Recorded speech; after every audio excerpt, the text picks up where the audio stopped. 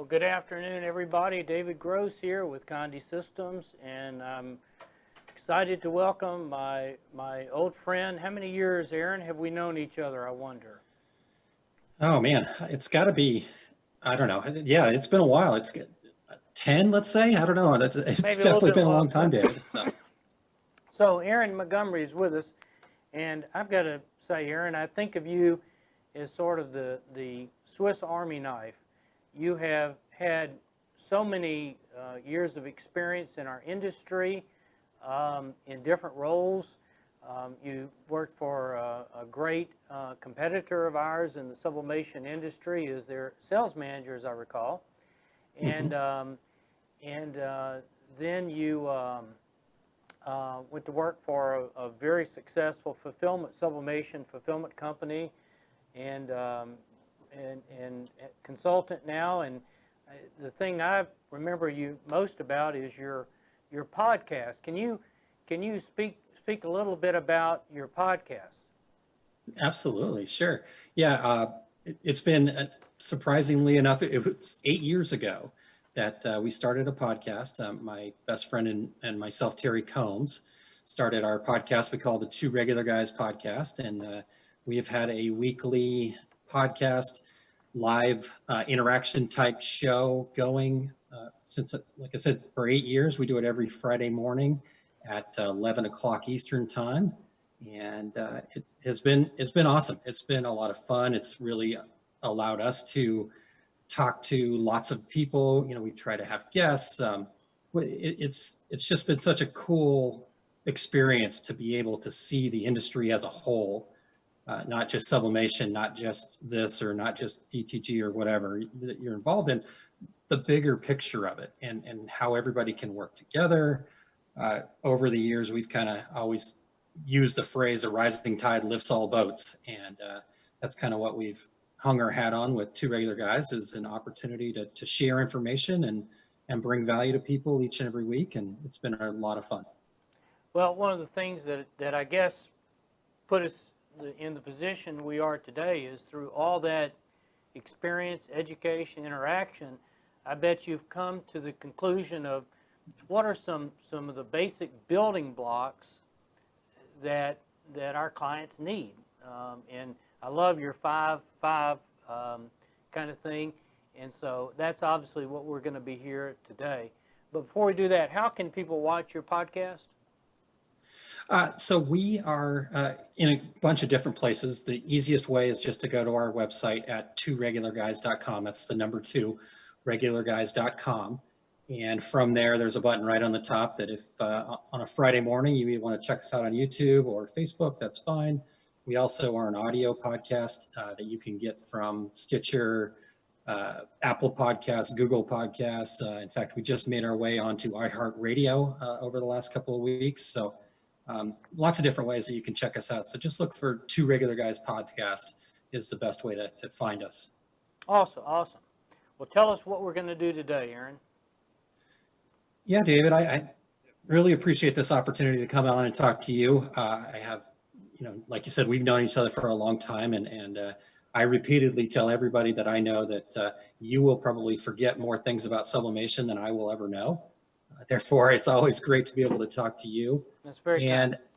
so what I wanted to kind of share with folks today is, as I've progressed through the industry, and I've been involved with direct to garment and screen printing, and as you mentioned, sublimation and heat transfer vinyl and all of that kind of stuff, and then even got into the fulfillment and print on demand side of the business. I noticed that there was kind of a common theme happening, and that a lot of it necessarily wasn't, there's wonderful education on all of the equipment and things like that. You guys do a ton of fantastic education on all of the parts and pieces and tools that you have. And I know you guys do a lot of other education, but what I was noticing was that there was kind of a lack of fundamentals, especially for folks that are just kind of getting into it. Maybe they were doing this as a craft on the side, and somebody said, "Hey, you should try to sell this." And then all of a sudden, "Hey, guess what? I've got a business." So we've kind of broken down some things. I've started a new company with a good friend of mine, Todd Downing, and in fact, it's oursuccessgroup.com. And so I wanted to kind of share some of those things that I've learned over my 20 plus years in the industry, starting off with David, the biggest mistakes I see made, and then maybe some fundamentals, some cores that you can focus on to really help your business grow and maybe even launch. Please. Okay. Well, let's start off, David, if you don't mind, with the biggest mistakes. The first one, and this is actually really, I guess the point being that, getting into a business, becoming an entrepreneur is not for the faint of heart. It is depending on what stats you go by and what you read, they say that 85% of all new businesses fail in their first year. So that's but yet us entrepreneurs, we still do it. We still proceed ahead. But what I've noticed is people that have kind of, like I said, kind of happened into this business, they don't have that belief in themselves yet. And so that's the first mistake. They don't believe in their abilities. They think, oh, I'm new to this. I don't have 20 years of experience. I'm just getting started. I don't know all the things that David knows or whatnot. And I think what they need to do is they need to overcome that fear, because that's how they're going to succeed. That's how they're going to get through. As I mentioned, 85% of people fail, but what the 15% that succeed know is that they have to have that belief in themselves. They have to be able to go out there and wholeheartedly believe that they can do this. They have to believe in their products. They have to believe in the service that they provide. And they have to surround themselves with people that foster that same belief and can help them with that. So, if you're getting into a situation where a lot of people are saying, oh, I don't know, that's maybe too much, or you can't do that, or, oh, I've seen people fail at that and all that other stuff. It's like, okay, that's all true. But if you believe you can do it, as Walt Disney said, if you can dream it, you can do it. And I truly believe that that's the case. And I've seen the people that succeed have that ability to have that belief in themselves. So that's the first one, David.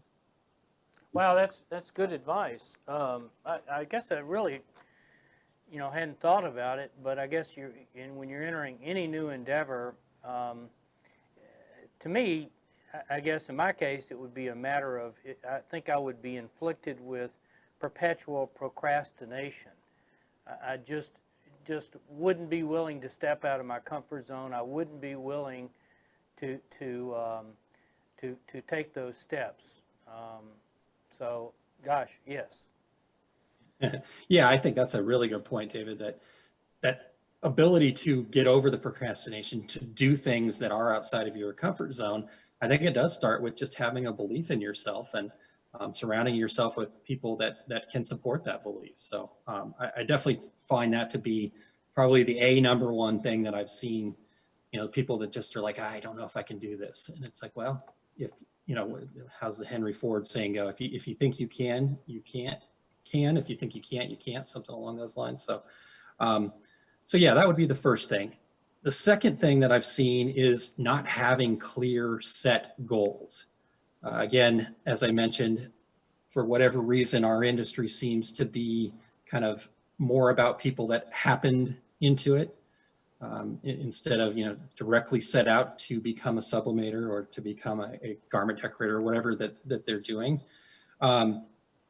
So I think when you happen into it, you don't have time to kind of set those goals for yourself. But here's the trick, though, is if you don't set goals, what you mentioned, the procrastination, that fear of failure, all of those things are going to get in our way. So we have to set goals. We have to set some kind of goals. It doesn't have to be, I'm going to go change the world. That's great. And if you believe that you can do that with what you're doing, perfect. But I mean, just a goal of, hey, I'm going to make $10,000 in sales this month. I'm going to support my local community through programs where there's a give back or something like that. Whatever those goals might be for you, actually setting those and making sense of those and getting clear on those goals is a really important part of success. As humans, we're kind of hardwired to protect ourselves and to not really kind of reach beyond the comfort of our own little surroundings. But with an entrepreneur, with businesses, everything that you want is right on the other side of fear.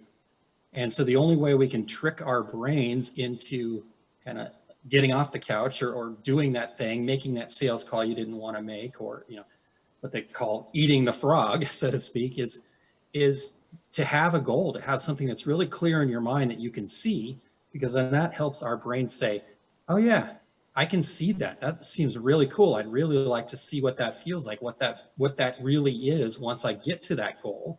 So yes, I will do this uncomfortable thing right now because I know that it will get there because I have this clear goal in my mind. So having some goals that stretch ourselves, I think, is a really important thing. And a mistake that I see a lot of people make is by not having those. And then, Dave, if you don't mind, one more quote. I love sharing quotes here. But Michelangelo had said, the greatest danger for most of us is not that our aim is too high and we miss it, but that it is too low and that we reach it. So I just encourage people that when you are setting goals, set them to something you can visualize and see, but at the same time, stretch yourself a little bit. Make sure that, it makes you a little uncomfortable. Yeah, I would agree. You must be a Brian Tracy fan if you've ever read some of his books out there. Great books. Around here, for instance, and with my kids, I've told them, set your goals. I've got one son that is now working for Northwest Mutual in the insurance, and I sat him down and said, "What are your goals?" And he said, "Well, it's real simple. Here's my number of calls I need to make. Here's my number of appointments I need to make, and if I follow through with these steps, then I would expect, this kind of results." Plus, he does something I think that every good salesperson or every business owner should do, is ask for referrals. If you're not out there building up your fan base, whatever, people that are happy with your product or service, then you're obviously missing an opportunity. Yeah. So and it also goes, if you don't have a goal, you certainly can't measure it. You can't figure out how well you did. And I think it was, I don't know if it's Jim Rohn or Zig Ziglar said,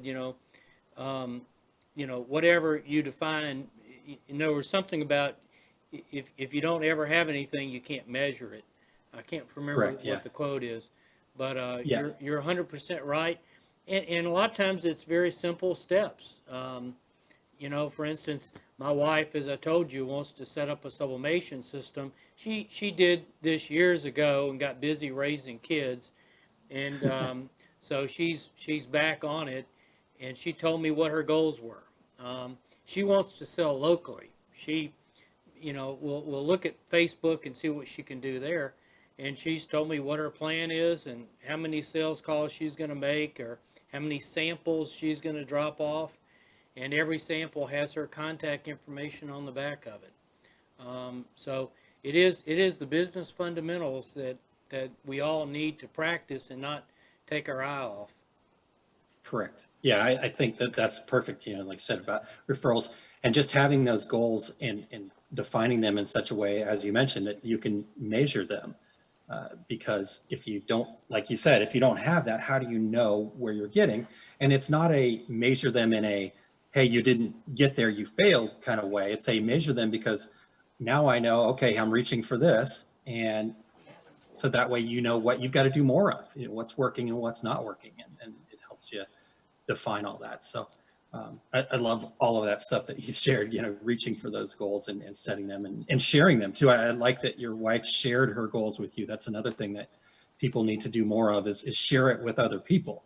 Because what we don't realize is that other people out there in the world around us really just want to help us. So if I share my goal with more people, that's more potential resources that will help me reach my goal. So doing things like that. So then, David, if I can get to number 3, the third kind of mistake or failure that I've seen is that they don't understand their numbers. They don't have a real clear picture of what their business numbers is. And I'm not saying you have to go and be this, like crazy accountant and every penny's accounted for and all this other stuff. I mean, the more you can do there, the better. But from how much does it cost me just to open my business each day? And regardless of the size of your business, where you're at, if it's a side hustle from your basement or whatever, you still have some overhead. You still probably need to make a sales call. You're still paying for different things like that. You want to grow. You want to become a bigger company. Therefore, you got to plan ahead and know what your numbers are. Because I think what happens, David, is we all want to have this like simple formula, go, hey, David, tell me how to price my products. Do I just take the cost of your blank and multiply it by 2.5? That seems to be what everybody's looking for, but that's not the case. Every business is going to be different. So what I can sell something for and what somebody else can sell something for is all going to be different. And it's all going to be based on what our business is all about and what our numbers are and things like that. So, to be successful, we have to know what our numbers are. We have to have a foundation to build from. And this just isn't, how much did the blank cost me? This is, again, how much is my electricity? How much does it cost for my cell phone? And all of those kinds of costs that are part of what your business is. And if you're not covering that, you're not being profitable, and at the end of the day, profit is what a business is all about. And so every time I say the word profit or somebody says the word profit, we shouldn't look at that as like a dirty thing that we're avoiding. We should want everybody to make a profit, regardless of what side of our business they're on. If I'm a Condé customer, which I am actually, just so you know, I want you guys to be as profitable as I am, because that allows you to have the tools that you need to continue to bring me education, to continue to bring me new products, to continue to grow and grow and grow. And then I want to be profitable. And, I would hope that the customers I'm dealing with want me to be profitable too, because I'm providing a value. Profit is just what you get for the value that you provide. So that's the third one, David, is understanding your numbers so you can be profitable. Well, that's good advice, Aaron. And I think in the case of our business, I think that is what we would call an active ingredient. It's always changing, and you have to manage it. You have to know, I guess, where your strengths and where your weaknesses are as far as, how you're paying money. For instance, we've had here just a tremendous amount of flooding the last couple of days because of that storm. And we have two portions of our building where the darn ceiling fell in, from, skylight in one case and other. And so I'm going like, okay, how's this going to impact our business? I've got to get it fixed quickly. What are the resources? How much is it going to cost? Should we, at the same time as we're doing this, should we be doing other things? So it's being in business is a contact sport. That is true. And in the case of your ceiling there, that's something where it's not, you couldn't plan for that. How did you know it was going to storm, and how did you know your ceiling was going to fall in? So you have to be strong at the fundamental part of your business of knowing, hey, we've got to be profitable. So in case our roof falls in, or in case this happens, we can manage that. So let alone all the businesses that have been affected by the virus. It's like, is that part of your 100-year plan to have a significant reserve fund set up so that you can survive? So interesting days that we're in. Yes, indeed. And again, if you can just put your business though in a place of having these good solid fundamentals, I think you can weather a lot of storms. And as a new business, especially as a new business right now, honestly, I think that there's probably a lot of opportunity because things are changing and a little bit of upheaval. So that means that, those people that were really solid, well, now there's some opportunities in those markets that, maybe you can provide a little bit different value, bring in some change. And, but again, make sure that you're basing your business on good, solid fundamentals of these things, knowing your numbers and being profitable and wanting to be profitable and wanting the other people around you to be profitable. I think from what I've seen, David, the people that have struggled the most during the virus here are the folks that have been focused on being kind of the low price leader, and that's the only value that they bring to the table. Gotcha. I think that's just a hard place to be. Yes. Yeah. So, all right. So let's talk about number 4 here real quick then, if you don't mind. So the fourth thing that I've seen as a mistake, and I've seen this, and then I've also heard this gentleman named Mark Condé, who's a fairly influential guy in our industry and a pretty smart guy. I've known him for a while as well. And he's kind of solidified this for me, so it made it into my top 5, is that a lot of times new businesses, especially, or small businesses, when they're trying to grow and start up, they make the mistake of taking every job that they can get. Doesn't matter. Just, you want to bring it to me, I'm going to try to figure out a way to get it done. And while that's a good mindset to, be open-minded about things, you also got to realize that your business is going to be unique, and you can't handle all things for everybody. It's the Pareto principle. It's the 80-20 rule. So what that means is basically, if I'm taking all the business that comes my way, I'm potentially putting myself in harm's way for 2 reasons. A, I'm getting into something that just probably doesn't fit, probably doesn't feel right, probably is going to be something that doesn't turn out well. So now I'm putting myself in a place where I probably lost money on the order because I didn't know enough about it to price it appropriately, or things went badly and I had to redo it several times. And then I'm taking a hit to my reputation because I'm doing things that just don't fit my business, trying to make it work because I needed that job. So those 2 things kind of happen. I hurt my reputation. I put myself in the negative space because I'm not making profit on that job potentially.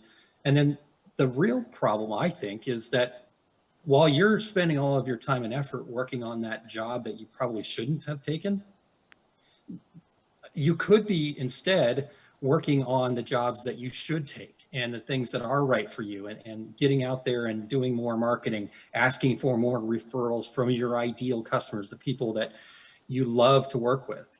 So what that means is be a little bit more selective. Be okay saying no if it doesn't feel right, if it's not something you're good at, if it's not something that you're attracted to, if it's not something you really want to be doing. And a good example would be, I had somebody that I was talking to who just was really against masks for whatever reason. And they had their own reasons, and I won't get into that whole side of it. But she was asking me, but should I do masks? And I just said, no. If you really are against it, you're going to spend more time talking people out of it than you are in the business that you do. So focus on the things that you want to be doing. And that doesn't mean that you have to know everything about every particular job you're going to take. It just means that you need to, if it doesn't feel right, if it doesn't seem to fit who you are and who your business is, it's okay to say no. That's going to open up more time to say yes to the things that you should be saying yes to. So if that makes any sense at all, hopefully. Yeah, when I teach my classes, I don't know how many you've dealt with in the awards industry, but that's somewhat of a dying industry. And I tell people that, if they want to grow their business, there's really 2 ways that they can grow their business. Number 1 is sell more products to their existing clients. Now, of course, you need to be profitable, of course. But the second way, which I think is even more interesting, is to find new profitable clients. And you're 100% right.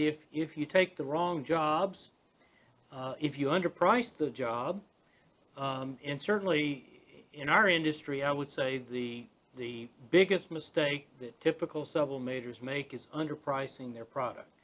They're not pricing it for the value that they're delivering. It's an on-demand, personalized product, can be delivered very quickly, and so they almost price a mug as if it's blank, And but you're 100% right.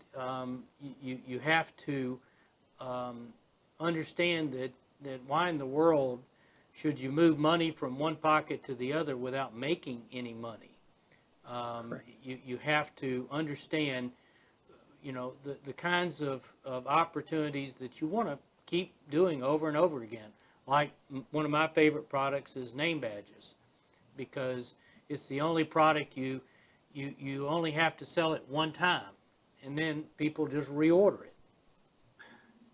Yeah, so that's a great product. And again, if it is something that you understand, you like, it makes you excited, then yeah, figure out how to do more of that and make sure that you're profitable at those things. And then, yeah, when somebody comes to you and says, hey, can you sew this thing on, to my shirt? And you're going, I'm a sublimator. I guess I could figure it out. It's a garment. I need the work.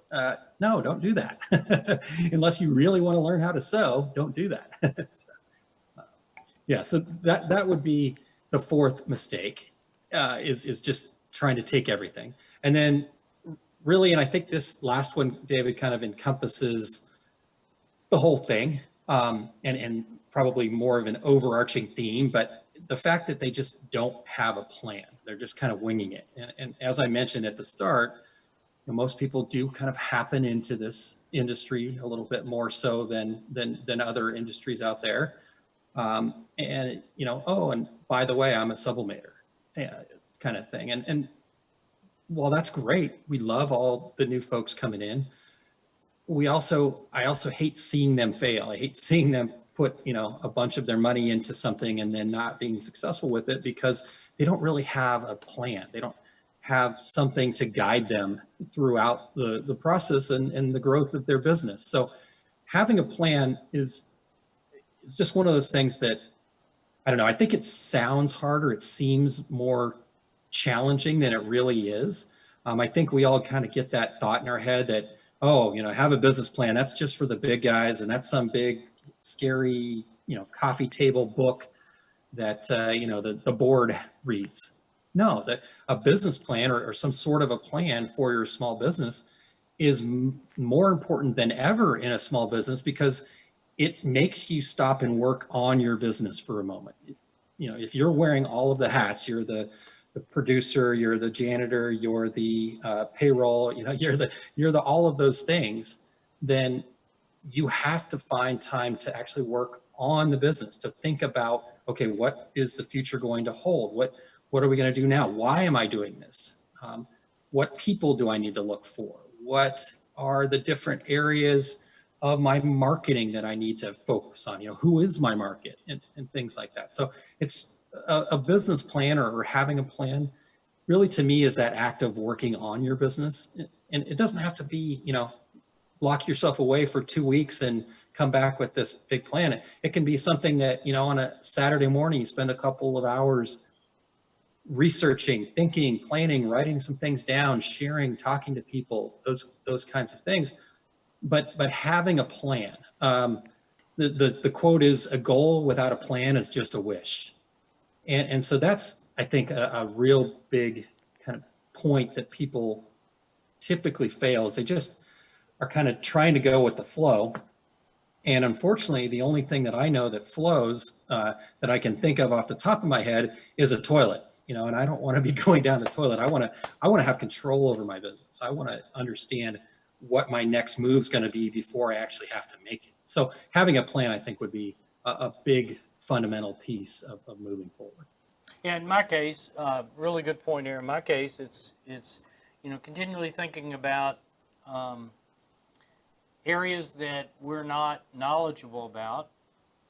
Who can we work with, for instance, to help us understand that? Because if we try ourselves to do everything, then it's likely we're not going to do anything well. And so it's really a matter of I think another, Stephen Covey, sharpen the saw, Yeah. Work at your skill set, figure out what skills that you lack, and then find the resources. It could be somebody internally. It could be an external resource that can help you with taking care of that, So for instance, with my wife, she wants to sell some products on Facebook. Well, the good news is I've got a daughter just graduated from college, really understands Facebook marketing well.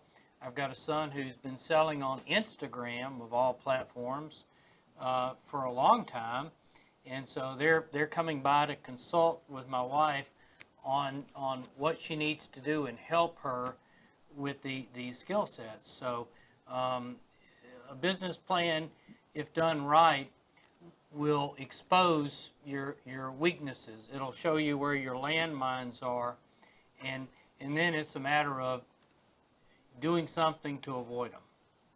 Yeah, totally. In fact, I actually think of a business plan that way as kind of the guardrails to success. It's that, okay, the path to success is not this straight superhighway. It's this windy mountain road. And, there's some cliffs and pitfalls and other things.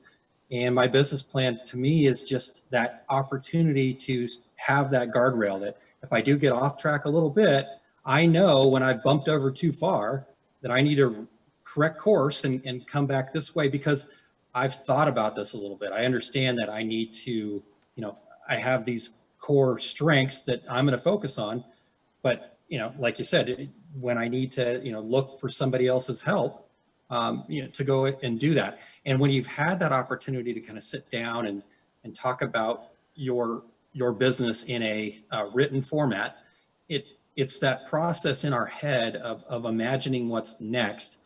So when that next thing happens, we've already thought about it. So I can make those decisions more quickly. I can explain things more clearly.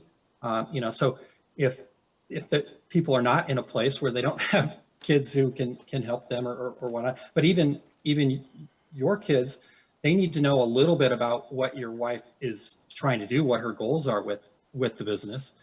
Otherwise, no matter how great they are at Instagram or Facebook marketing, they're not going to make that connection between the two. So by having that opportunity to work on your business a little bit and have a quote unquote plan, it makes it so much easier to, like you said, bring in outside help and work with people that way, for sure. So, well, it's certainly so yeah, true, and it's very true in my life.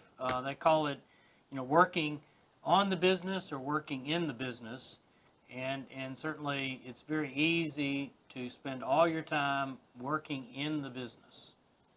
Yeah, it very, very easy, especially for folks that are pretty much the business. If there's no other partners or, it's just you on your own, you have plenty of opportunities to do lots of other things.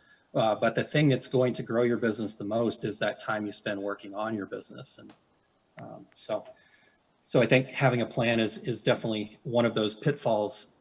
Not having a plan is one of those pitfalls to avoid. So, yeah, so that's kind of the 5 mistakes that I see, David. I also have 5, for whatever reason, this whole 5 keys thing's really taken off with us over at our success group. It seems to be a nice round number, obviously. But we've kind of put together some 5 fundamentals of things that you kind of need to have as well. So for avoiding those pitfalls, we're doing those things. I can list off, if you don't mind, David, I can list off real quickly the 5 fundamental things that I think people should be getting in place. So the first one would be determining your overhead. We talked about, knowing your numbers. And so that kind of fits in with that. The second thing is to price products for profit, meaning, we need to make sure that, as you and I talked about earlier on, the biggest thing that we both see is that people do undervalue what they're providing. And so you need to price it for profit, because you need to make sure that you have a little built in there in case, for some reason you spelled something wrong, or, something wasn't clear and you have to eat something, or whatever the case may be. There's going to be things that you have to be prepared for. So getting your pricing down and having that in such a way that it works for your business be number 2. The third thing would be kind of workflow and organization optimization, meaning, do you have a process? Do you have a way to go about it? I know you talk about the wall of shame and having some of those things in place and having a book. that tells you, okay, if I'm doing this, here's my time, temperature, and pressure. Here's what to watch out for. It's just optimizing those kinds of, I don't know, the big scary word is standard operating procedure, but really it's just having a way to know, okay, if I'm doing this, this is what I need to do. And even if you're having a bad day, you've got something to reference, because, I think all of us have done that project. We've put something in the press and realized halfway through the cycle that, oh, darn it, I forgot to put that green pad that David suggested I put on this sublimation Or you did slate it upside on there. down, and I mean, even the best of us, we have to practice the fundamentals. Yeah, exactly. So that's a fundamental piece there, getting that and having that process documented. The next part is kind of really thinking about working on understanding your delivery and follow-up phase. I think having that as a core part of your business will really help, especially if you're not So somebody say that that is again. the So natural you're get out in saying front the of people fundamental. salesperson. You said Is say is it to one more have time. that delivery and follow-up Okay. really nailed down. So when Okay. they get the product from you, there's that perceived value that comes with, it's not just something that's wadded in a bag and they pull it out and they immediately have buyer's remorse because the presentation wasn't that good. And so they're going, oh my God, I got to look for every defect I can find so that way I can get over my buyer's remorse. Because on the flip side of that, if you wow them with that experience of the delivery and the follow-up and letting them know that you care about them. So having a good foundation in that part of your business. And then finally, as we talked about with the marketing, just continuously marketing.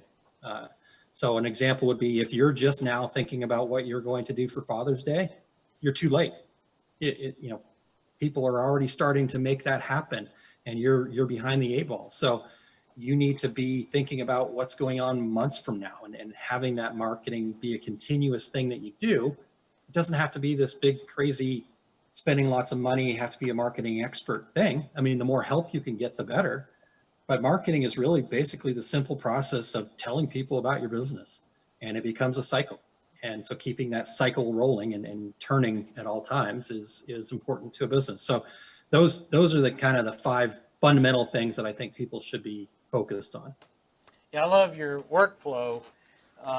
Being an engineer, that's what I think about, and I may not do a good job, but it's critical that we all understand our workflow, because that's how we improve. That's how we do things at a lower cost. That's how we catch fundamental mistakes. And the final delivery and packaging, got to let that one soak in a little bit. That's some intriguing advice, as to how do we basically wow someone and motivate them, of course, to share with someone else, motivate them to immediately place another order. Just can't get enough of it.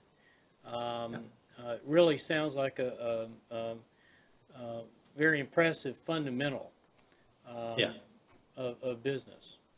Yeah. And David, I think that the other thing to remember when you're talking about that part of it is it doesn't necessarily have to be, you go spend, bunches of money on crazy wild packaging and all sorts of stuff. That could be the case if that's what your customers are interested in. But it also could be the flip side of it, where if you're really catering to people that are all about sustainability, so you're thinking about the packaging from a, is it recycled, or can I saw something cool the other day where somebody shipped me something that was in a reused box. It was clearly a box that they got something in, they took and reused it. They put a little label on the outside that said, hey, we appreciate that you care about the environment just as much as we do. So we're reusing this box to keep it out of the landfills, and we'd encourage you to reuse this box too. And so just kind of understanding what is going to make that next phase of the sale, because we think about the sale, we sell something, we make something, we deliver something. Well, that's not where it stops, but that's where most of us stop. that's actually where it just begins. If you're wowing them, you're following up with them, you're saying, hey, did you get that package? How did your event go? How were you able to use that? And just let them know that you actually give a darn about them. That'll go a long way in like you said, that immediacy of placing the next order, telling other people about it, creating raving fans, really. Well, in our case of our industry, Aaron, um, think about selling a product. Well, we have the artwork for that product, Sure. and what a great opportunity to say, hey, I can put this artwork on all these other products, so you can have a bundle, and so we all know if we have to handle artwork, that's probably the long pole in the tent. Getting artwork ready or whatever. So it's always nice to say, well, I know you bought the mug. Would you like this piece of artwork, say, on a coaster? Yeah. How about another piece of drinkware? Can we put the artwork on there for you? You have so many great ways to, I guess, like your example of the box, you're reusing the artwork. Mhm. And great opportunity. So, when I teach my class, I often teach about the concept of Kaizen. Have you ever heard that? Yep. And it's just a powerful concept. You tell everybody when they come to work that we need to figure out things that we can do better today than we did yesterday. What little things can we do? And you think about it, every day that goes by, if you're doing a little bit, well, guess what? It adds up. Sort of like the concept of compound interest, So, just it's all about the mindset of just simply doing things better, taking advantage of a box. What a great opportunity. In our case, years ago, I didn't want ink cartridges to end up in a landfill. Mm-hmm. So I said, send a cartridge back to me, I'll give you a $5 credit. So that I can recycle the cartridges. And that's, we get hundreds of cartridges a day here. The mail people look at this and they go, we don't understand why you get all these boxes and they're always in a USPS box because those are free, So, but it's just the little things of what your clients, might expect. Steve Jobs, I think one of his quotes was, he didn't deliver what you were expecting or wanting. He delivered what you need, not a faster horse and buggy, Yeah. car. I forget exactly what the quote is, but you get I the know what point. you're talking about. Hey, I love your point about the cartridge program, David. At the time when you came out with that, you and I were competitors at that point, and I remember we lost a lot of ink business over that because we couldn't figure out a way to make that happen. It just didn't fit with what was going on at the time. But I had lots of conversations with people. I spent a lot of time trying to figure that one out. And no, I mean, it was just something that you did extra for your customers, just that little above and beyond of making them understand what was important, what the values of Condé were all about. And I think that went a long way. And I think we can all do that in our business. It's making those little incremental changes. And like you said, you don't have to, completely overhaul everything and have huge wins every day. A successful business is all about just little small incremental changes and doing the fundamentals each and every day. Good deal. So if people want, like a PDF or something listing these 5 and 5, is there some way they could get it? Yeah, absolutely. I've got plenty of stuff that, including my notes, that I'm happy to share with folks. They just go to your Probably website? Yeah. If you just want to head over to oursuccessgroup.com and hit the contact us button over there and ask for that, and we'll get it sent right over to you immediately. So what does Our Success Group do? What are the things that, first of all, does it serve our industry? It does. It does. So our success group has kind of been built out of all of these things that I've been fortunate enough to be able to see along with my partner, Todd Downing, and in his business. And what our success group does is it's business training. And we're not about necessarily, we do some of the marketing and we kind of go with what people are looking for. But we have spent a lot of time. We've got a 5 keys program that actually goes through each one of these fundamentals in depth, gives you spreadsheets and tools and different things to help out. Plus there's a support group of other businesses. When we talked about the belief in yourself, having people around you that have that same belief system. So we kind of build that community. We've got a business planning segment. So it's about that support. We've got a pretty simple, basic mission, goal, why, whatever you want to call it, that we basically make all of our decisions on. And that's to provide resources that empower over 1,000 businesses to achieve their idea of success. So that's what our success group is all about. We actually just launched a new little program that we're excited about because I think it gets people into this whole setting goals, pushing towards them, working to better their business incrementally each day. We call it our Success Tracker program. And you pay $20 to get into it so that you have a little skin in the game. But in exchange for that, you're going to get help and support and cheerleaders and accountability and push. Plus, nothing is complete without some cool industry style swag. So they're going to get a coffee mug and a t-shirt and some other things as they reach certain steps of their trek to success. Doesn't sound very expensive to me. If you set your goal right and you can make more than $20 out of it, it certainly pays for itself pretty quick. and plus just the kind of folks that I'm sure are around you, that's so valuable because we all need our support groups. I have my support groups, some in our industry, most of them are outside our industry. And, so when I have an issue that I need to ponder, it's great to have people that in a non-committal, non-confrontational way, that have no bias, just say, okay, here's the situation, what do we do? I'm sure many businesses, as the virus hit, were faced with lots of decisions because of the uncertainty. And, Sure. and I know I talked to people and, they gave me advice.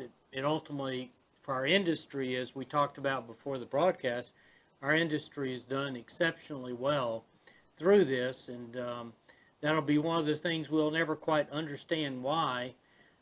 But I think our industry, to some extent, I think of our industry as a little bit like Google. When you go to Google, you want it your way, and you want it now. And the especially digital decorating, that's what you get. It's almost like instant gratification for the ADD person. Yeah. No, I agree with that completely. I think it has been interesting. You mentioned the artwork part there in that whole thing. That's one of the things I love so much about sublimation is the fact that it is that digital process. Once you kind of have the artwork, as you mentioned, that's the long pole of it. So I can take that and put it on all sorts of things. So, when our industry was faced with the uncertainty of the coronavirus, maybe some markets went away. Maybe some of the spring sports stuff that you would normally do went away, but you were able to pivot and now do, garden flags with very similar artwork. And so you could do some flags for graduation or, face masks, whatever. You can pivot very quickly and you're not having to recreate your entire business. It's just, okay, instead of putting it on this, now I'm putting it on this. Cool. Yeah, really very little investment because you've already have the equipment. And, I'll have people for instance, I'll mention a product to them and they'll go, well, no, we don't do those. And I'm going like, the printer doesn't know, the heat press doesn't know, the computer doesn't know. And if it puts money in your pocket and your clients want it, why wouldn't you do it? It's sort of like, and an award shop selling flip-flops. Well, should a award shop sell flip-flops? Well, the answer is yes, because one of the main reasons people now come into an award shop is some sort of wedding gift. Could be some Sure. sort of engraving. And you think about all the things you can sell into the wedding industry. Well, flip-flops make a great bridesmaid's gift, you Yeah. know? And it's just amazing how, unfortunately, is in my case, as we get older, we lose that instant need to get out of our comfort zone. We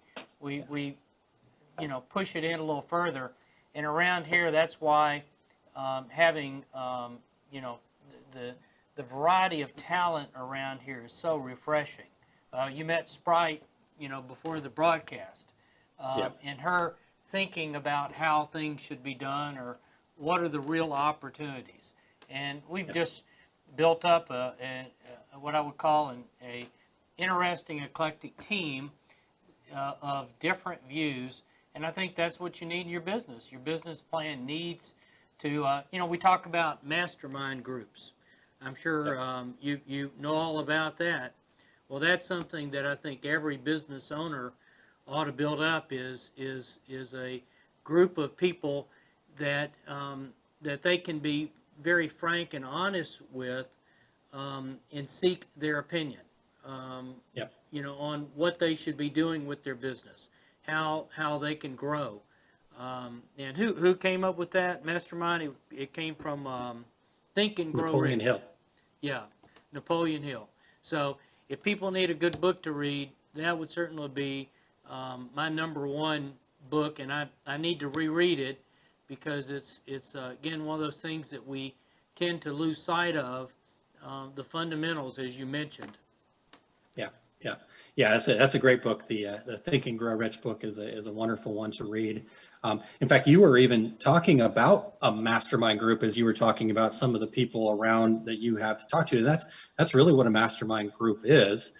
And that's actually funny you should bring that up, David, because that's actually the next phase in our success group. So we've kind of built the training. We had our 5 keys. We built the training. Our next phase that we're trying to launch here, hopefully end of the month, sometime in July, is we are going to have some mastermind groups where we are able to do some not one-on-one, group kind of calls where there's other businesses outside, and we bring about 5 or 6 businesses together and we lead some calls with them and stuff like that. Those things are hugely important. And like you said, when there's uncertainty, getting an outside fresh perspective, having an eclectic group of talent around you like you have, are all hugely important to the success of businesses. Yeah. So we're about out of time, but one thing, speaking of mastermind groups and just education, do you have an event on your calendar in September? I do have an event on my calendar in September. Looking forward to the Sublimation Summit. I think what's that, the 10th through the 12th, if I remember right, and out there in Peachtree, Georgia. Back at the same place I was there last year, and it was a beautiful location as well as just wonderful education, getting to learn and talk and be a part of all sorts of cool stuff. So looking forward to that.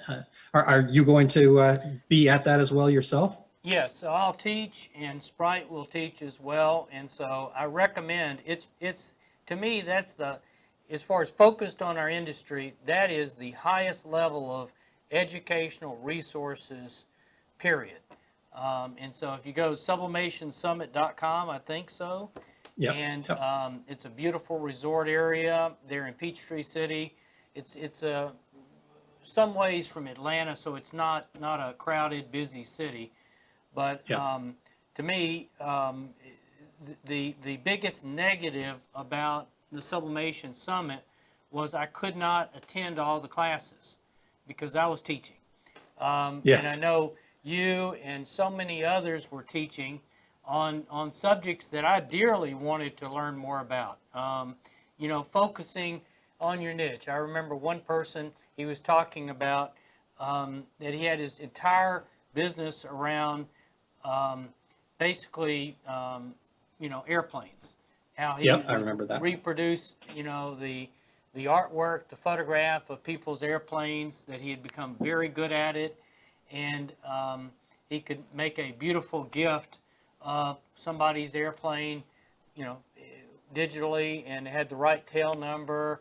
It had the correct configuration of the plane. It wasn't just a stock image for that.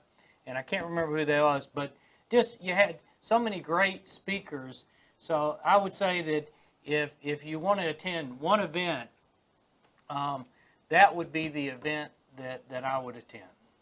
Yep, I wholeheartedly agree. And yeah, both David and I will be there. And I'm going to bring my wife with me, David. So I will get a chance to introduce you. Yeah, it's driving distance to us. Well, Aaron, say your website one more time. Sure, it's oursuccessgroup.com, and pretty easy. Like I said, if you want to get the notes and the information, just hit the contact us up in the top right corner, and we'll send that right over to you. Well, Aaron, I want to thank you for being with us and everybody who attended, and we look forward to having you again. So get ready for a phase 2. All right, awesome. Thanks so much for having me, David. Take care, Aaron. Thank you.